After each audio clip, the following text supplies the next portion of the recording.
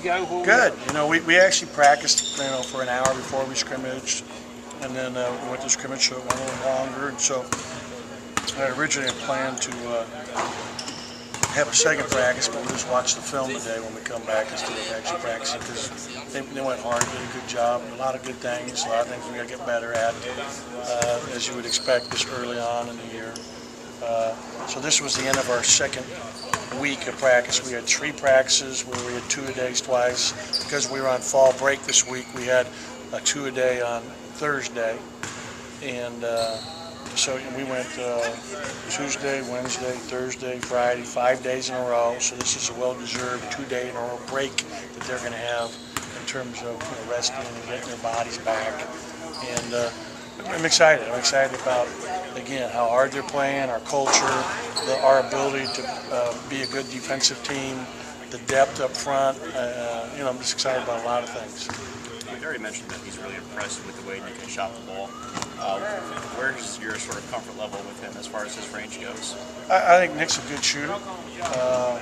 You know, he has 3-point range, and you know, for him, he's just a typical freshman, just trying to learn everything and you know, get better at every facet of his game. The one thing he has a great strength at right now is his ability to pressure the ball, defend, help, get back to his own. His strength, his toughness, his willingness to compete are real strengths for Nick Weatherspoon. I know you were really excited about the team chemistry in the off-season. Have you seen that translate over the last couple of weeks? Yeah, well, it's been going on since the summer, and our culture, our you know, our team togetherness has been phenomenal, and really excited about that. Really, they understand between the lines. I'm pushing each other as hard as I can, but I'm supporting each other, and they're talking. I mean, they're very supportive of one another, and there's a real good bonding going on. So I'm really excited about that, because that matters as you're going through adverse situations and being in tough situations, to have that closeness, to have that bond. How are Nick and Q like, similar personality-wise and things? Oh, I mean, I'll let you figure that out. But they're both good players, both different but good players. I was looking at some mock drafts just for the hell of it. And I saw Lamar Peters at number 15. Does that surprise you at all? Well, you know, he had a great Adidas Nation, so that was basically based on his play.